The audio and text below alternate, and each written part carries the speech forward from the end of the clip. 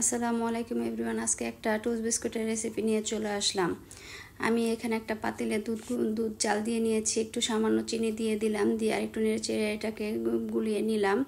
এই তো আমার গুলানো শেষ। এখন আমি এটাতে দিয়ে দিলাম 1 কাপ সুজি, দিয়ে একটু ভালো করে নেড়ে চেড়ে নিচ্ছি। এই তো আমার সুজিটা প্রায় মেশানো হয়ে গেছে। এখন আমি 1 চামচের মতো দিয়ে দিলাম ময়দা, দিয়ে আর একটু ভালো করে জাল করে এটাকে মিশিয়ে নিব। এই তো আমার মেশানো হয়ে গেছে। এখন আমি নামিয়ে নিয়েছি পাতিলটাকে। এখন আমি এটাকে ভালো করে মতে মিশিয়ে নেব পুরাটা।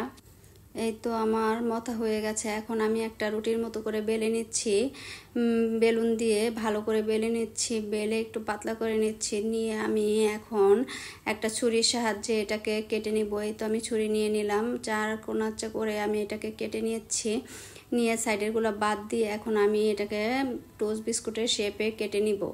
এই তো আমার কাটা হয়ে গেছে, মোটামুটি কয়েকটা বানানো হয়ে গেছে। আমি এটাকে এখন উঠিয়ে একটা প্লেটের মধ্যে রেখে দেব। আমি একটা প্যান বসিয়ে দিয়েছিলাম আগে, এটাতে তেল গরম হয়ে গেছে। আমি সেই তেলে এখন এই বিস্কিটগুলো ঢেলে দিচ্ছি।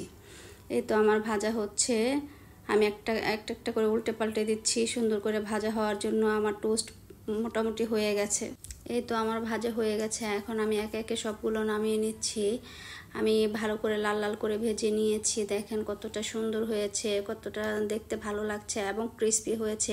আপনারা বাসায় ট্রাই করবেন, দেখবেন কতটা মজা হয়। Thank you.